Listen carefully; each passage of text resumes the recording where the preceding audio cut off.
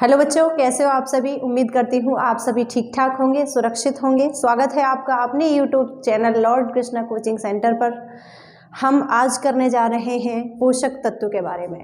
ठीक है, सबसे पहली बात आती है बेटा कि ये पोषक तत्व जो होते हैं यानी न्यूट्रिएंट्स जो होते हैं हमारे भोजन से कितने प्रकार के प्राप्त होते हैं। तो सबसे पहले आपको थोड़ा सा ध्यान देना है। यहाँ पर आपको पता होना चाहिए कि पोषक तत्व जो होते हैं ये हमारे भोजन से 7 प्रकार के प्राप्त होते हैं, जिनमें सबसे पहला आता है बेटा कार्बोहाइड्रेट। कौन सा होता है? कार्बोहाइड्रेट। दूसरा कौन सा होता है? तो आपने बताना है कि जो दूसरा होता है ये होता है प्रोटीन। कौन सा होता है? प्रोटीन। तीसरा कौन सा है? तो तीसरा बताना है आपको कि तीसरा होता है बेटा वसा, जिसे कहते हैं हम फैट। या तो फैट कहे या फिर लिपिड्स कहे, एक ही बात है, और हिंदी में कहेंगे बेटा इसे वसा। चौथा कौन सा होता है? तो चौथा बताना है आपको, चौथा होता है विटामिन। विटामिन की यदि हम बात करें तो विटामिन को विटामिन ही कहते हैं हिंदी में, तो विटामिन कर लीजिएगा। नेक्स्ट है बेटा वाटर यानी जल या फिर पानी कहते हैं, तो ये हो जाएगा पानी या फिर जल। और उसके बाद में 6th है बेटा, आपसे 6 बताना है मिनरल। मिनरल की यदि हम बात करें तो हिंदी में कहेंगे बेटा इसे खनिज। कितने हो गए? 6। और 7वां यहाँ कर लेना, 7वां है बेटा फाइबर यानी रेशे। चलो थोड़ा ध्यान दोगे। पोषक तत्व हमारे भोजन से कितने प्रकार के प्राप्त होते हैं? पहला क्वेश्चन, कितने प्रकार के हैं? 7। Carbohydrate, protein, fat, vitamin, water, mineral और रेशे। दूसरा क्वेश्चन बनेगा कि कितने का डाइजेशन होता है? 3 का होता है, इन तीनों का, कार्बोहाइड्रेट का, प्रोटीन का, फैट का, इनका डाइजेशन होता है। तो 3 ये रहे और 1 ये रहा। इन चारों का डाइजेशन नहीं होता है। अच्छा, डाइजेशन नहीं होता है तो फिर हमें इन खाते क्यों हैं, क्यों लेते हैं? तो आपको यदि आपसे क्वेश्चन ऐसे बने कि विटामिन का कार्य क्या है, वाटर का क्या है, बेटा इनका कार्य होता है हमारे शरीर में जो उपापचयी क्रिया होती है, मेटाबॉलिक रिएक्शन होती है, उनमें मदद करना, और साथ के साथ ही ये हमारे शरीर को रोगों से भी बचाते हैं। ठीक है, लेकिन याद रखना है कि इन 4 का डाइजेशन यानी पाचन जो है बेटा नहीं होता है, सिर्फ इन 3 का होता है। इनसे ही हमें एनर्जी मिलती है। डाइजेशन होने का मतलब है जो डाइजेस्ट होंगे, जो पचेंगे, उनसे ही क्या मिलेगी? ऊर्जा मिलेगी, एनर्जी मिलेगी। तो पहला क्वेश्चन यहाँ से बनेगा, जैसे ऑप्शन ए दे दिया कार्बोहाइड्रेट, ऑप्शन बी प्रोटीन और ऑप्शन सी फैट, और एक दे दिया बेटा ये ज्यादातर आता है वाटर। और आपसे पूछेगा निम्न में से किसका डाइजेशन नहीं होता है, तो आंसर क्या हो जाएगा बेटा? आंसर लगाओगे आप सबसे पहला वाटर। ठीक है, आज हम किसको कंप्लीट करेंगे? तो आज हम करेंगे बेटा इसमें कार्बोहाइड्रेट को।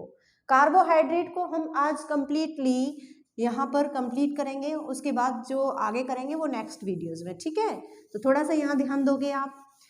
सबसे पहला क्वेश्चन कि कार्बोहाइड्रेट जो होता है बेटा किसका किसका बना है, तो आपने बताना है कार्बोहाइड्रेट किस किस का बना है? कार्बन, हाइड्रोजन और ऑक्सीजन। कार्बन, हाइड्रोजन और ऑक्सीजन। कार्बोहाइड्रेट में कार्बन, हाइड्रोजन और ऑक्सीजन का आपसे अनुपात भी पूछा जा सकता है, रेशो भी पूछेगा। तो आपने बताना है कार्बन 1, हाइड्रोजन 2 और 1। क्वेश्चन कैसे आएगा? क्वेश्चन आएगा आपसे कि कार्बोहाइड्रेट में कार्बन, हाइड्रोजन और ऑक्सीजन का क्रमशः कितना अनुपात होता है? तो 1:2:1। याद रखिएगा, यदि वो चेंज करके दे दे, हाइड्रोजन पहले पूछ ले तो ये चेंज हो जाएगा। मान लो हाइड्रोजन पहले पूछा है, कार्बन पूछा है, ऑक्सीजन, तो हाइड्रोजन 2:1 अनुपात चेंज हो जाएगा। तो याद रखना है कार्बन, हाइड्रोजन और ऑक्सीजन का जो रेशो है बेटा वो कितना है, तो आपने बताना है 1:2:1 होता है। क्लियर है?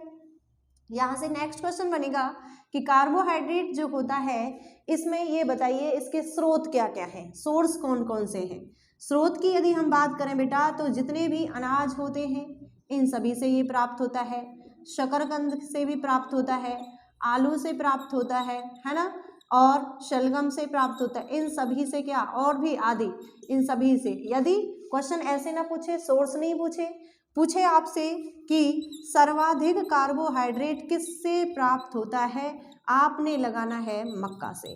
किससे? मक्का। मतलब यदि अनाजों में, क्योंकि अनाज तो कई प्रकार के हैं ना, अनाजों में चावल भी आ जाता है, गेहूं आता है, बाजरा आता है, मक्का आता है, ज्वार आ जाता है, ये सब मोटे अनाजों में भी आता है मक्का, है ना। तो याद रखना ऐसे करके, यदि ऑप्शन दे रखे हैं आपसे, दे रखा है मक्का, जौ, चना, गेहूं और निम्न में से किस में कार्बोहाइड्रेट सर्वाधिक मात्रा में पाया जाता है, तो आपने आंसर लगाना है मक्का। कौन सा लगाओगे? मक्का लगाओगे। यदि आपसे क्वेश्चन पूछे कि हमारे भोजन का कितना % कार्बोहाइड्रेट होता है, तो लगभग में यदि आपसे पूछेगा तो लगभग 50 से 75%, लेकिन अप्रोक्स दे रखा है, बिल्कुल फिक्स दे रखा है बेटा, तो फिक्स में लगभग लगाना है आपको 65%। कितना? 65। इनका दोनों का बीच का एवरेज लेना है। तो यदि आपसे अलग से पूछा है, मान लो ऑप्शन दे रखे हैं, 50 भी दे रखा है, 65 दे रखा है, 75 दे रखा है, तो आंसर लगाना है 65 पे। लेकिन ऐसे करके ऑप्शन बन रहे हैं तो लगाना है 50 से 75 तक, ठीक है। यदि हम बात करें कार्बोहाइड्रेट की, तो आपसे पूछा जाएगा बेटा कि कार्बोहाइड्रेट जो होते हैं कितने प्रकार के होते हैं, तो थोड़ा सा ध्यान दोगे यहाँ पर। कार्बोहाइड्रेट के प्रकार बताने हैं आपको बेटा, 3 प्रकार के होते हैं, लेकिन आप देखोगे इसका एक प्रकार और भी होता है। तो पहले 3 पढ़ते हैं, फिर मैं बताऊंगी आपको कि कौन सा है, अलग से याद रखना है आपको। कार्बोहाइड्रेट मुख्य रूप से कितने प्रकार के हैं, आपने बताना है 3 प्रकार के हैं। पहला कौन सा? पहला होता है मोनोसैकेराइड। कौन सा होता है बेटा? मोनोसैकेराइड। दूसरा होता है डाइसैकेराइड, डाइसैकेराइड। तीसरा होता है बेटा पॉलीसैकेराइड, पॉलीसैकेराइड। यदि हम बात करें मोनोसैकेराइड की, तो सबसे पहले इनका अर्थ समझिए आप। मोनो का मतलब है बेटे एक, मोनो का मतलब एक, सैकेराइड का मतलब है शुगर। क्या है? शुगर यानी शर्करा। तो जो एक प्रकार की शर्करा है उसे हम कहेंगे मोनोसैकेराइड।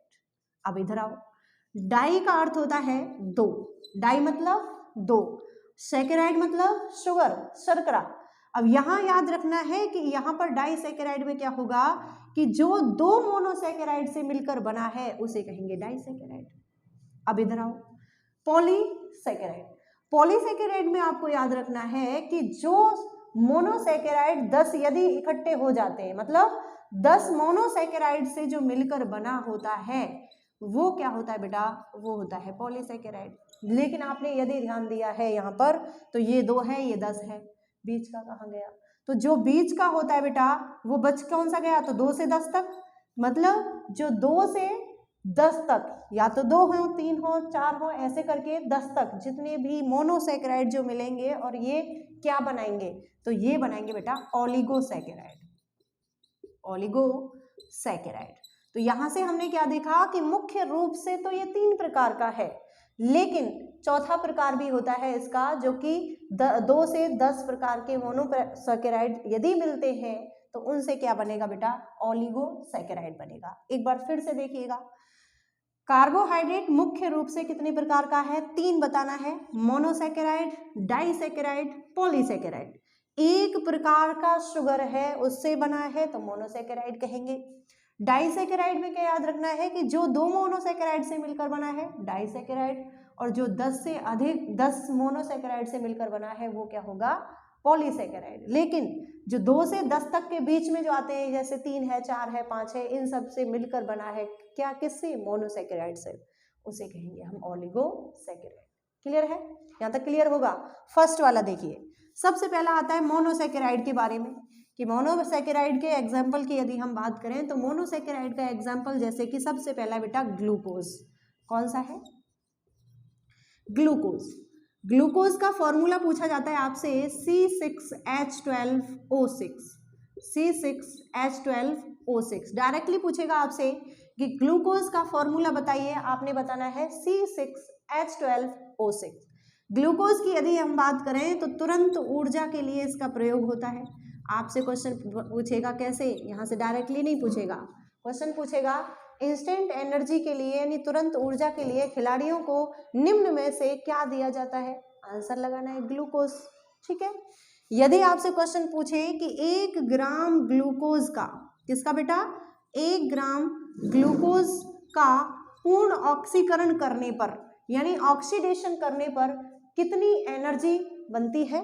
तो आपने बताना है 4.2 किलो कैलोरी। 4.2 kilo calorie. आपसे सीधा या तो पूछेगा 1 ग्राम ग्लूकोज का ऑक्सीकरण करने पर, या फिर दूसरा क्वेश्चन यहां से डायरेक्ट पूछेगा कि 1 ग्राम कार्बोहाइड्रेट का ऑक्सीकरण करने पर कितना मिलता है? तो आपने बताना है 4.2 किलो कैलोरी। यहां से ग्लूकोज का क्वेश्चन क्लियर है। आपसे नेक्स्ट पूछेगा, नेक्स्ट आता है बेटा गैलेक्टोज के बारे में। गैलेक्टोज दूसरा एग्जाम्पल है, और अब यदि आपसे पूछे कि गैलेक्टोज क्या है तो बताना है एक प्रकार का क्या है? मोनोसैकेराइड है।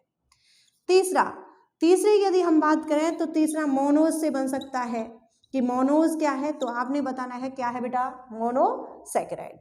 चौथे यदि हम बात करें तो चौथा होता है बेटा आपका ग्लूकोज, गैलेक्टोज, मोनोज, और ये हो जाएगा आपका सुक्रोज। सुक्रोज नहीं, ये होगा आपका, एक मिनट,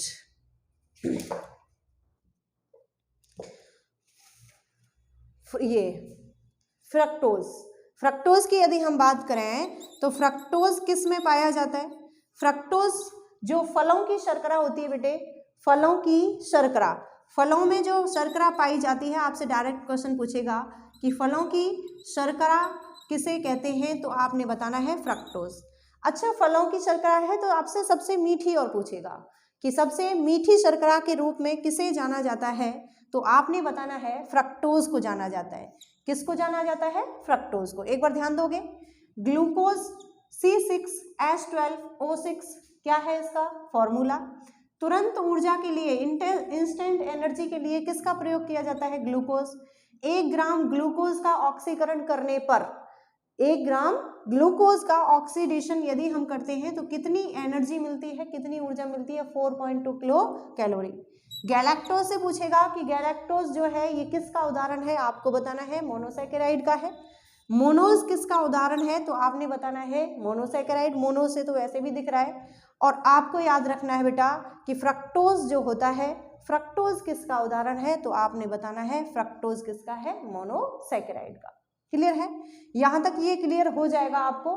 फिर से मैं एक बार बताती हूँ, ग्लूकोज याद रखना है, फ्रक्टोज याद रखना है, मोनोज याद रखना है और गैलेक्टोज, 4 एग्जाम्पल याद रखने हैं आपको। दूसरा आता है बेटा आपको हेक्सोज भी आ जाता है। वैसे ही हेक्सोज की यदि हम बात करेंगे तो हेक्सोज भी इसमें पूछ लिया जाता है। ठीक है, अब बात आती है कार्बोहाइड्रेट्स का। दूसरा प्रकार है, कौन सा है? तो दूसरा होता है बेटा डाइसैकेराइड। डाइसैकेराइड,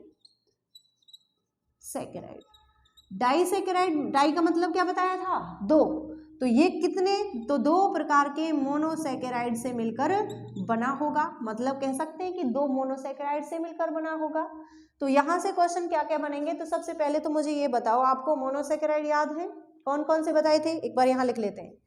पहला बताया बेटा ग्लूकोज, दूसरा बताया फ्रक्टोज, तीसरा बताया गैलेक्टोज, चौथा भी मैनोज बताया था, हेक्सोज भी आ जाता है, लेकिन ज्यादातर यही आते हैं गैलेक्टोज। आपको पहली चीज ये 3 क्लियर होने चाहिए, ग्लूकोज, फ्रक्टोज, गैलेक्टोज। अब डाइसैकेराइड में क्या याद रखना है आपको कि यदि हम ग्लूकोज के साथ में ग्लूकोज मिलाते हैं, दोबारा सुनिएगा मैंने क्या कहा कि यदि हम ग्लूकोज के साथ ग्लूकोज मिलाते हैं तो एक शर्करा बनती है बेटा, कौन सी? माल्टोज। देखो, ग्लूकोज मोनोसैकेराइड है, ग्लूकोज मोनोसैकेराइड है, 2 मोनोसैकेराइड मिले तो क्या बन जाएगा? माल्टोज। और माल्टोज क्या है? डाइसैकेराइड। तो एक क्वेश्चन बन गया यहाँ से। मान लो 3 ऑप्शन ये दे रखे हैं, ग्लूकोज दे रखा है, फ्रक्टोज दे रखा है, गैलेक्टोज दे रखा है, और चौथा ऑप्शन दे दिया माल्टोज। तो आपसे यहाँ से 2 तरह से क्वेश्चन बन गया। क्वेश्चन पहला ये बनेगा, निम्न में से कौन सा मोनोसैकेराइड नहीं है, तो आंसर माल्टोज। या फिर दूसरा बनेगा कि निम्न में से कौन सा डाइसैकेराइड है, तो आंसर क्या लगाओगे? माल्टोज लगाओगे। क्लियर है। अब यहाँ ध्यान दोगे, यदि हम फ्रक्टोज के साथ में ग्लूकोज मिलाते हैं, यदि हम फ्रक्टोज के साथ में ग्लूकोज मिलाते हैं तो एक शर्करा बनती है, कौन सी? सुक्रोज। कौन सी बनेगी? सुक्रोज बनेगी। तो यहां से क्वेश्चन बन सकता है कि फ्रक्टोज के साथ क्या मिलाएं तो कि सुक्रोज बने, तो ग्लूकोज मिलाना है, या फिर ग्लूकोज के साथ क्या मिलाएं कि सुक्रोज बने। अब सुक्रोज से भी क्वेश्चन पूछे जाते हैं। सुक्रोज जो है बेटा, ये क्या, जो चीनी होती है इसकी शर्करा होती है। चीनी के अंदर पाई जाने वाली जो शर्करा है उसको क्या कहते हैं? हम सुक्रोज कहते हैं। ठीक है, लेकिन चीनी की यदि हम बात करें तो चीनी की कृत्रिम मिठास से पूछ लेता है कि कृत्रिम मिठास किसके कारण होती है, तो आपने बताना है सैकरीन के कारण। सैकरीन के कारण चीनी में क्या होती है? कृत्रिम मिठास होती है। तो यहाँ से क्वेश्चन बन जाएगा। नेक्स्ट आता है आपका गैलेक्टोज। यदि गैलेक्टोज के साथ में हम क्या मिलाएं बेटा? ग्लूकोज। क्या मिलाएं? ग्लूकोज। तो ग्लूकोज के साथ हम गैलेक्टोज जब मिलाते हैं तो एक शर्करा बनती है जिसे कहते हैं हम लैक्टोज। क्या कहते हैं? लैक्टोज। क्वेश्चन यहां से बनेगा कि लैक्टोज किस में पाया जाता है, तो आपने बताना है दूध के अंदर पाया जाता है। किसके अंदर? दूध।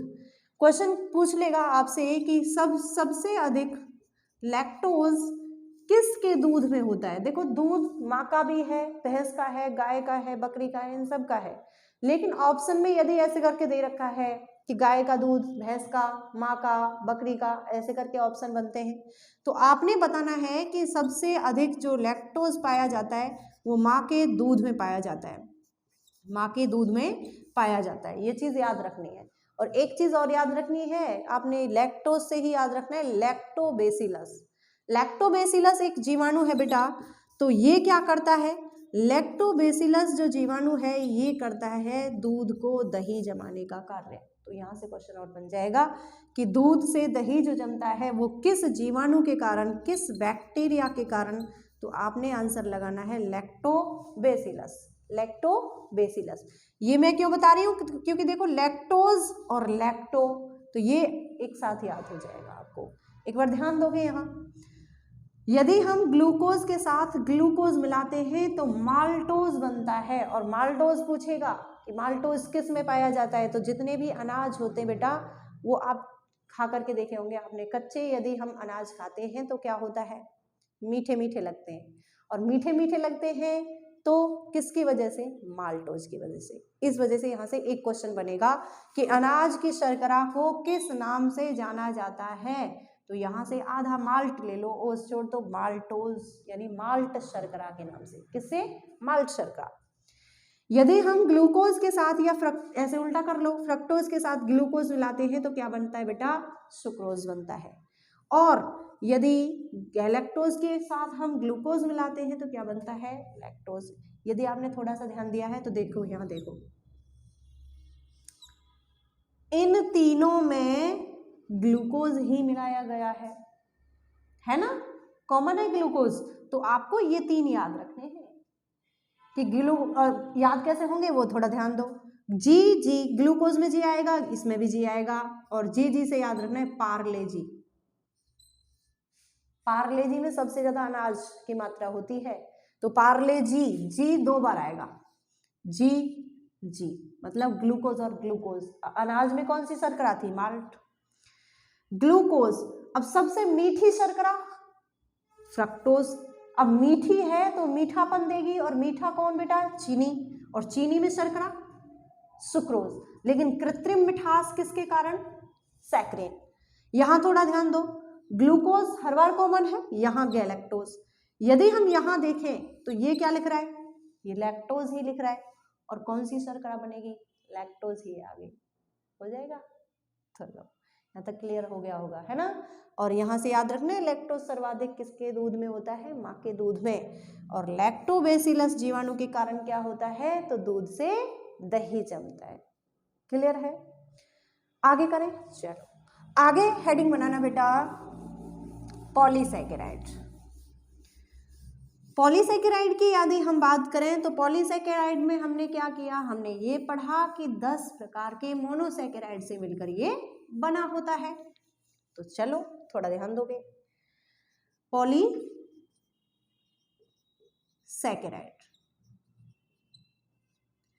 तो ये क्या 10 प्रकार के मोनोसैकेराइड से मिलकर बनता है क्या? पॉलीसैकेराइड। एग्जाम्पल आपसे पूछे जाएंगे, एग्जाम्पल आपको डायरेक्ट दे रखा होता है। जैसे कि सबसे पहला हम बात करें स्टार्च, हिंदी में कहते हैं बेटा इसे मंड, और स्टार्च लिखा भी आ जाता है।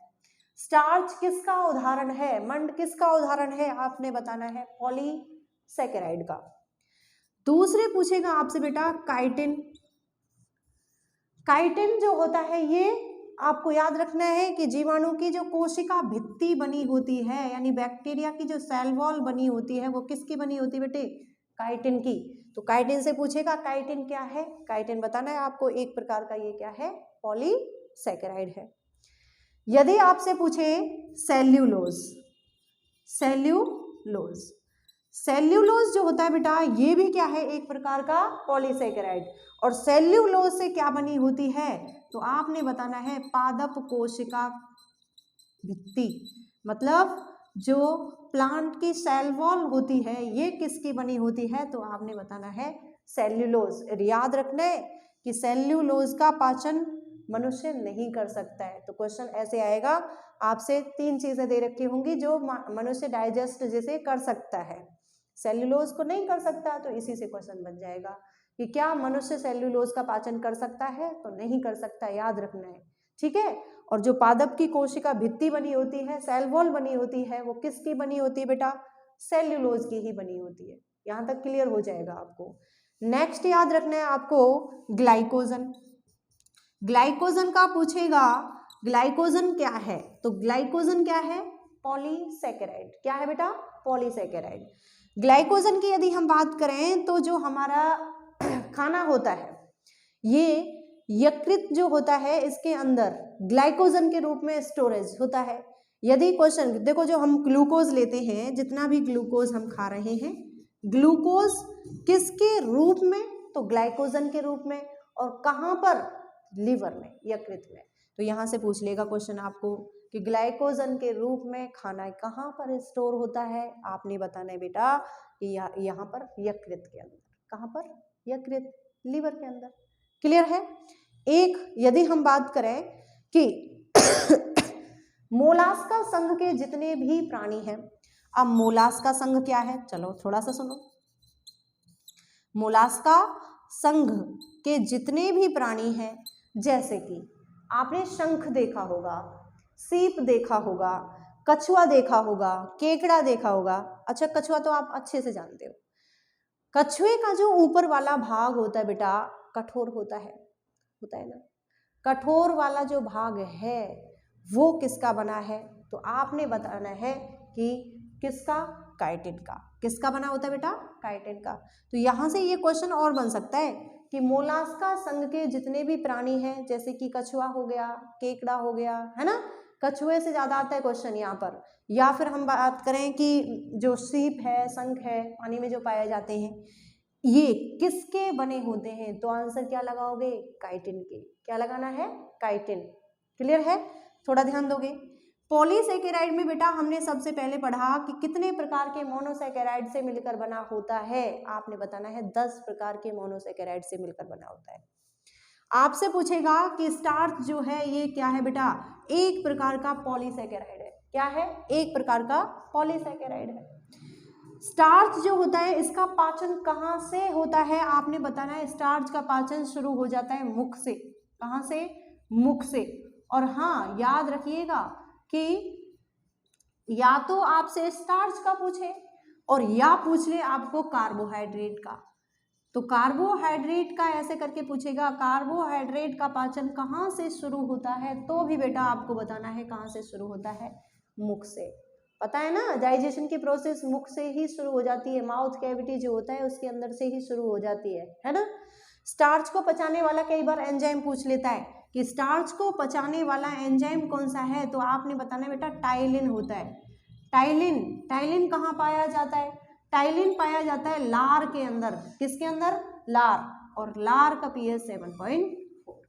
अब बात आती है काइटिन की।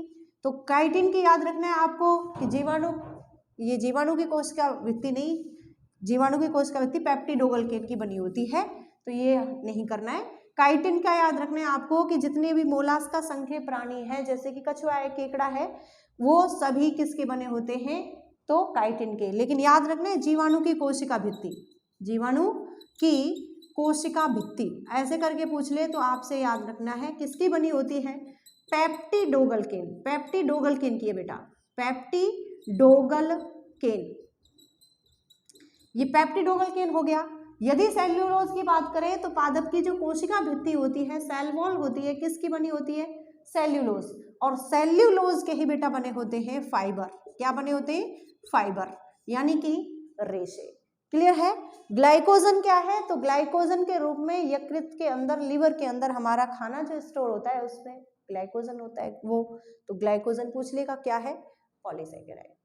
आज की जो वीडियो बना रहे हैं बेटा यहीं तक बहुत है ना, तो यहाँ तक हमने जो कंप्लीट किया है कार्बोहाइड्रेट कंप्लीट कर लिया है। यदि हम आगे की बात करें तो आगे जितने भी आपके न्यूट्रिएंट्स बचे हुए हैं यानी पोषक तत्व बचे हुए हैं वो आगे के वीडियोस में हम कवर करेंगे। ठीक है, देखते रहिए हमारे चैनल को, और सब्सक्राइब आपने कर ही लिया होगा तो शेयर और लाइक एंड कमेंट करने का भी काम करना है। ठीक है, okay, thank you so much.